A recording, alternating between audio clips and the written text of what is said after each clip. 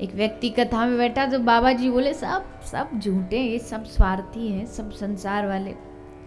एक खड़ा हुआ, ऐसे कैसे बाबा जी आपने कह दिया सब स्वार्थ, आप हमारे परिवार से मिले नहीं, कितना प्रेम करते हैं हमें, आपको पता नहीं है। बाबा जी बोले ठीक है, दिखा दे कितना प्रेम करते, एक काम कर, एक परीक्षा लेके देखते हैं, जिन पे तुझे इतना भरोसा उनकी एक परीक्षा लेके देखते हैं। तो एक काम कर, बाबा जी ने उसे सांस रोकने की एक विद्या सिखा दी। बोले जा घर जाके थोड़ा स्वांग कर, नाटक कर, और जा कर के मरने की एक्टिंग कर, फिर देखते हैं कि कितने तेरे अपने संग जाने वाले हैं।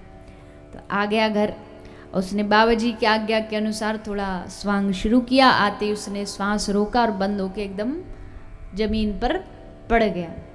अब जैसे मृत्यु हुई, अब तो पूरा घर परिवार रोना चालू कर दिया। धर्म पत्नी आई, आकर के जोर जोर से छाती में हाथ मारे, हाय मेरे प्राणनाथ चले गए, हाय मेरे प्राणनाथ चले गए। और जैसे तैसे सांस को रोक के पड़ा है, सोच रहा है इसको मारनी तो कहीं और मार ले, छाती में ही काय को मार रही है। पर मैया तो झूठी कूटता छाती। फिर बेटा जी हमारे तो पिताजी चले गए, अब क्या होगा, कौन हमें संभालेगा। पड़ोसी आगे रोना सुन के, अजी बड़े अच्छे आदमी थे, कितना बढ़िया स्वभाव था, अद्भुत व्यक्तित्व था। रिश्तेदार आ गए, बेटा सब पहुंच गए, सब रो रहे हैं, रोना चालू ही है। तभी बीच में बाबा जी की एंट्री हुई। अब बाबा जी का पाठ चालू हो गया, रोल चालू हो गया। बाबा जी बोले क्यों रो रहे हो? बोले महाराज क्या बताएं, आज दुखों का पहाड़ हम पे टूटा, हमारे घर का ये सदस्य चला गया।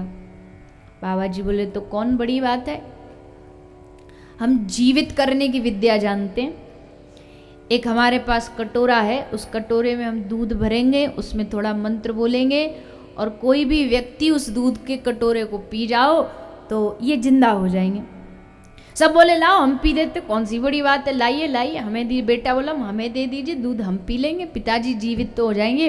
बोले पूरी बात सुनो पहले, आधी अधूरी मत सुनो। दूध पी के पिताजी जो जिंदा हो जाएंगे, पर जो दूध पिएंगे उनकी टिकट कट जाएगी, उनका नंबर फिर लगे। अब बताओ कौन पिएगा? सबसे पहले तो वहां से पड़ोसियों ने कल्टी मारी, अजी हमारा क्या काम, हमारा घर परिवार, इनका परिवार ये जाने, घर का मैटर है, हम बीच में काय को पड़े।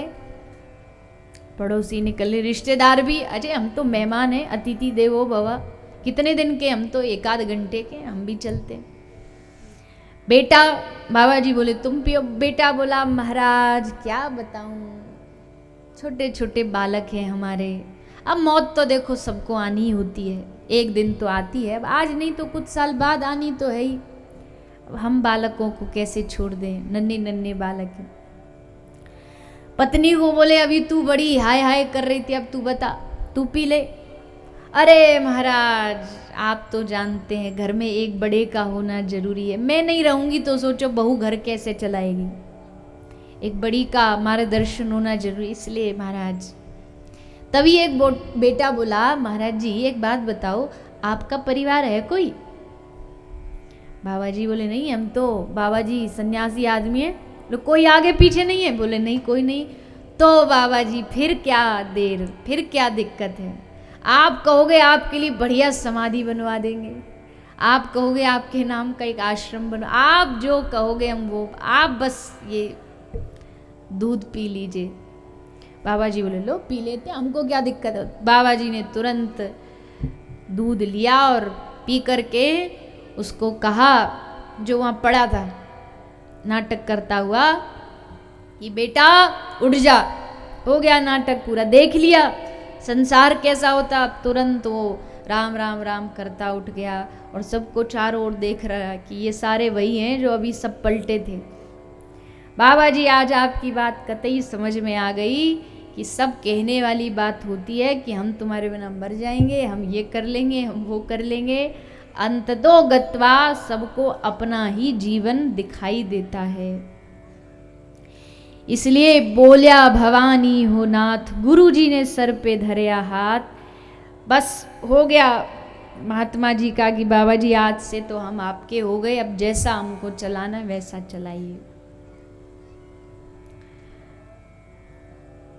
तो जिस परिवार, जिस समाज, अरे परिवार स्वार्थी ये बात तो बहुत छोटी है, शरीर भी, आंख अपना स्वार्थ देखती है, कान अपना स्वार्थ देखता है, कान को वही सुनना है जो उसको अच्छा लगे। जीभ अपना स्वार्थ देखती है, उसको कोई मतलब नहीं आपका शरीर कितना क्या खाने से रोग में हो रहा, पर उसे वही चाहिए जो उसके स्वाद अनुसार है।